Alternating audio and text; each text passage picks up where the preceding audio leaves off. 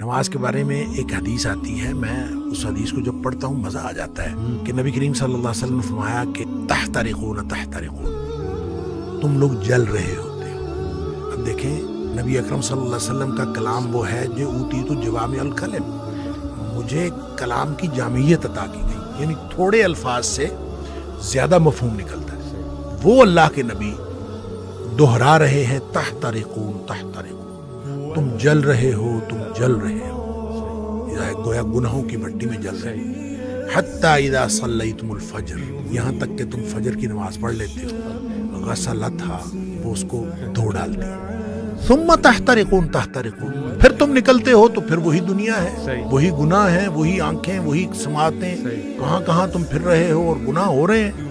شکر ہے آگے ظہر کی نماز کا وقت آ جاتا ہے، حتی اذا صلیتم الظہر غسلتھا، تم ظہر کی نماز پڑھتے ہو، اس کو دھو ڈالتے ہیں۔ یہاں اسی طرح نبی پاک صلی اللہ علیہ وسلم نے پانچوں نمازوں کا ذکر کیا، ثم تحترقون تحترقون، پھر تم گناہوں کی بٹی میں جل رہے ہوتے ہو، آگے نماز آ جاتی ہے، غسلتھا، اس کو دھو ڈالتے ہیں۔ لیکن جب عشاء کی نماز کی بات کی نا تو آپ نے فرمایا کہ حتی اذا صلیتم العشاء غسلتھا، وہ اس کو دھو ڈالتی ہے۔ اس کے بعد آپ نے ثم تحترقون نہیں فرمایا، آپ نے فرمایا تو ثم تنامون، پھر تم سو جاتے ہو، پھر تم سو جاتے ہو، فرمایا پھر کچھ نہیں لکھا جاتا، یعنی پھر گویا وہ جو گناہ ہو رہے تھے وہ گناہ ختم ہو گئے۔ سوئے ہوئے کے آدمی کا تو کچھ نہیں لکھا جاتا، سوئے ہوئے سے قلم اٹھا لیا جاتا، تمہارے اوپر کچھ نہیں لکھا جاتا حتی تستيقظوا، جب تک تم جاگ نہ جاؤ۔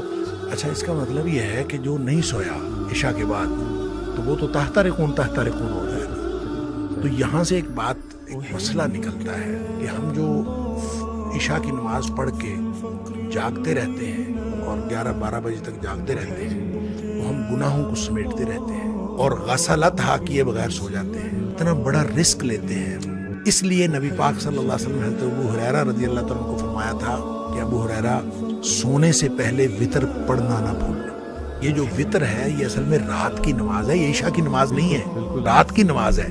تو جس شخص نے تو عشاء کے بعد فوراً سونا ہے وہ تو عشاء کے ساتھ پڑھ لے کہ اس نے سونا ہے اس کے بعد، تو جس نے نہیں سونا، رات 11-12 بجے تک جاگنا ہے، تو وہ پھر وتر نہ پڑھے تاکہ وہ اپنے سونے سے پہلے وتر پڑھے۔ وہ جو جتنا کچھ تحترقون تحترقون ہوا ہو اس کو غسلتھا کر دے اور پھر آدمی سو جائے۔ کیا بات